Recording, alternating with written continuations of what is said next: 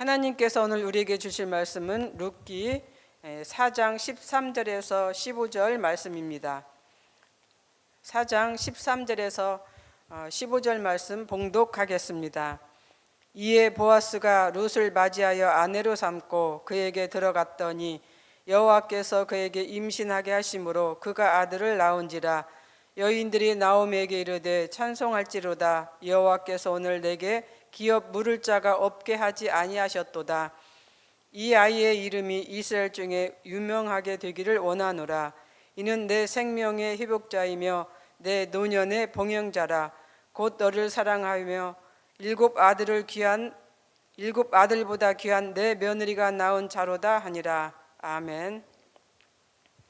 오늘 본문을 보면 여인들이 나오미를 칭찬합니다. 그 이유는 그녀에게 기업 물을 자가 있게 되었다라고 좋아하는 모습이죠. 이 말을 듣기까지 우리가 나오미의 인생을 한번 돌아보았습니다.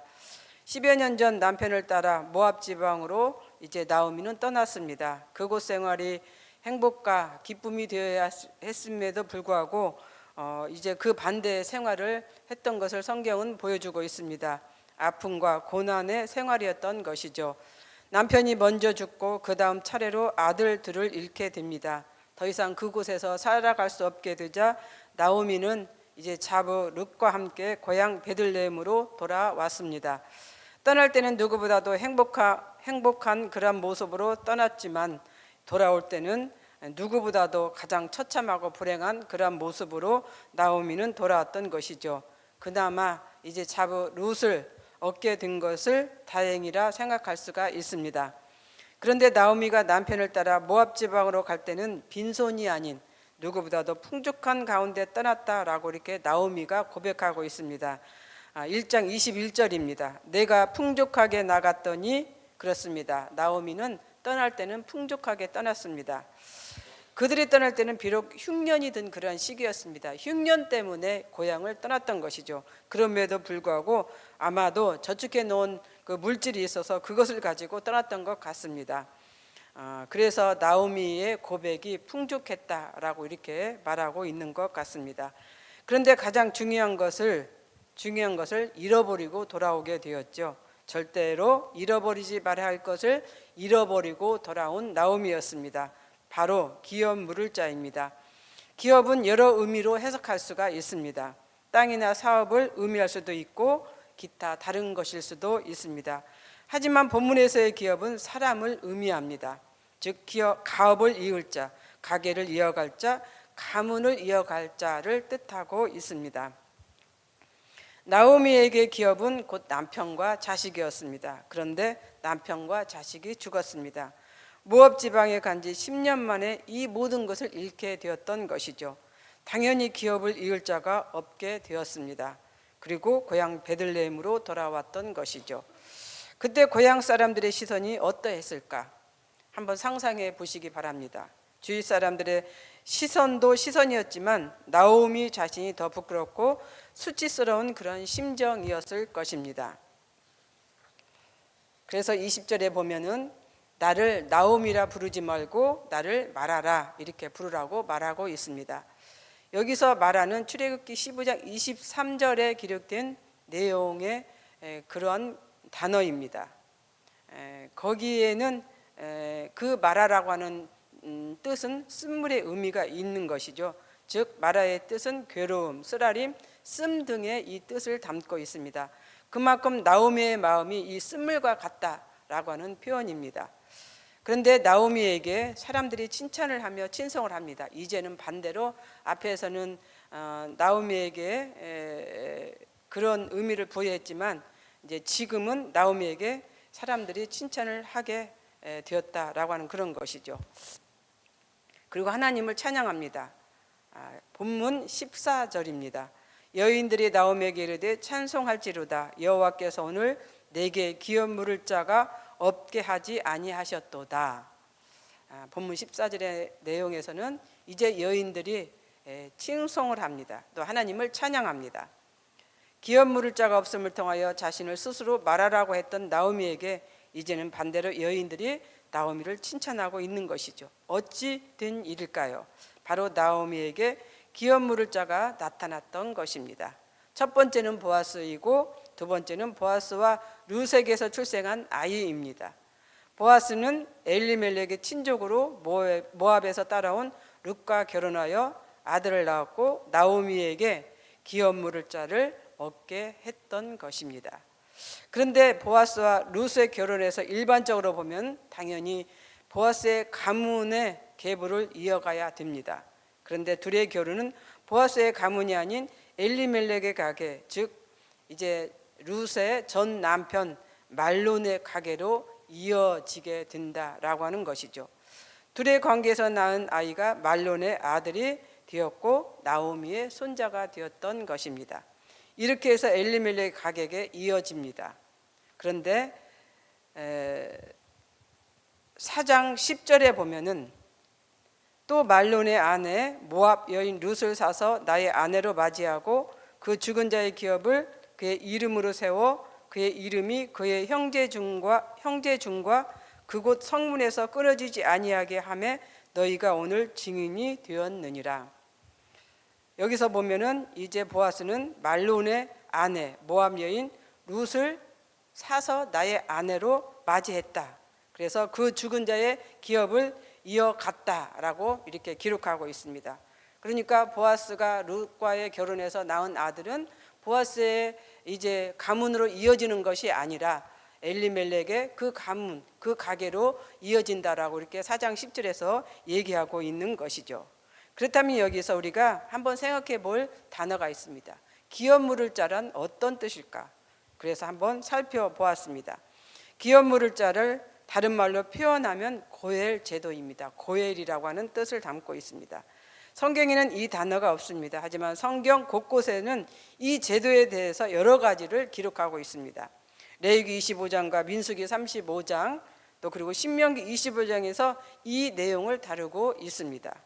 고엘은 히브리어로 무르다, 되찾다, 구속하다라는 의미를 가지고 있습니다. 그래서 무르는 자, 구속자라고 하는 뜻을 내포하고 있는 것이죠. 즉 양도했거나 빼앗거나 잃어버린 것을 되찾아 주는 사람을 의미하고 있습니다. 이것을 성경에서 기업 물을 자다라고 이렇게 표현하고 있는 것이죠. 그래서 한마디로 고엘은 어려움에 처한 친족을 구해내는 사람을 의미합니다. 고대 이스라엘 사회에서는 혈연 공동체를 아주 중요하게 여겼습니다. 그래서 혈연 공동체의 결속을 위해서 친족들 사이에서 지켜야 할 권리와 의무가 이 고엘 제도였던 것이죠. 고엘로 인정받기 위해서는 몇 가지 조건이 있습니다. 첫째, 혈연적으로 그 가문과 가까워야 합니다. 둘째, 또 본인이 자원해야 합니다. 셋째, 갚을 만한 능력이 있어야 합니다. 즉 물질이 있어야 한다는 것이죠. 이런 내용을 우리가 생각해 보면서 보아스를 보면 이해가 갑니다. 보아스는 나오미의 남편 엘리멜렉의 친족입니다. 그리고 본인이 룻과의 결혼을 자원했습니다. 마지막으로 갚을 만한 능력이 있는 물질이 풍족한 그런 사람이었습니다. 롯이 이제 시어머니와 함께 고향 베들레헴으로 돌아왔을 때 먹고 살기 위해서 어디를 갔습니까? 이삭을 주우러 보아스의 밭으로 갔습니다. 이것만 보아도 보아스가 물질이 풍족하다라고 하는 것을 우리가 알 수 있다라고 하는 것이죠. 이런 의미를 볼 때 보아스는 나오미의 아들 말론을 대신합니다.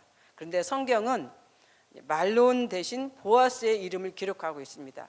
당연히 성경에는 어떻게 보아스의 이름이 어떻게 들어가야 됩니까? 말론의 가게로 들어가야 됩니다. 그런데 성경에서는 그렇게 하고 있지 않다라고 하는 그런 것이죠. 4장 18절입니다. 베레스의 계보는 이러하니라. 여기에서 이제 쭉 보면은 나손은 살몬을 낳았고 살몬은 보아스를 낳았고 보아스는 오벳을 낳았고 오벳은 이새를 낳았고 이새는 다윗을 낳았더라. 여기서 보면은 보아스가 들어가 있죠. 보아스의 계보로 이렇게 이어지고 있는 것이죠. 나손은 살몬을 낳았다. 살몬은 보아스를 낳았다. 이렇게 들어가는데 그래서 결국 보아스는 다윗의 계보에 들어가게 됩니다. 다윗의 조상으로 들어가게 되는 것이죠. 공궁에 처한 나오미의 가족을 돌봐준 결과 보아스는 어떻게 되었습니까? 다윗의 조상이 되었고 예수 그리스도의 육신적으로 족보에 기록되는 이런 영광을 안았던 것을 우리는 성경에서 볼 수가 있습니다. 그렇습니다. 고엘은 손해를 감수하고 공공에 처한 이들을 돕는 사람을 말합니다. 보아스가 그런 사람입니다. 나오미의 가족이 공공에 처한 것을 알고 그들을 도왔고 그들의 기업 물을 자가 되었던 것이죠. 이러한 손해를 감수하고 기업 물을 자 역할을 잘 감당한 보아스는 우리에게 기업 물을 자로 오신 예수 그리스도의 모형이 됩니다. 보아스가 공공에 처한 나오미의 가족을 도와주었던 것처럼 예수 그리스도 역시 자신의 생명을 대가로 우리를 구원하셨기 때문입니다. 한편 롯은 누구일까요? 우리의 모습입니다. 우리 역시 이방인입니다. 그러나 하나님의 전적인 은혜로 어떻게 되었습니까? 우리를 죄로부터 이제 구원해 주셨습니다. 그리고 하나님의 후사가 되게 하셨던 것이죠. 마땅히 저주받아 죽을 수밖에 없는 존재였지만 하나님께서는 우리를 향하신 그 사랑으로 우리를 그리스도 안에서 이제 하나님의 기업을 상속받는 후사가 되게 하셨던 것입니다. 그래서 롯은 세상에 사는 모든 성도들을 예포합니다. 오늘 우리는 공공에 처해 있을 때, 또 힘들고 어려움에 처했을 때 나를 도와줄 고엘이 누구인가를 생각해 보셨으면 좋겠습니다. 우리 역시 누군가에게 고엘이 되었으면 좋겠습니다.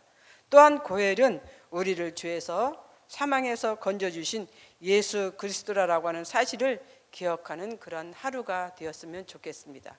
이런 하루 보내시기 바랍니다. 기도하겠습니다. 사랑과 은혜가 풍성하신 하나님 감사합니다. 오늘 우리에게 주신 이 말씀을 곰곰이 생각합니다.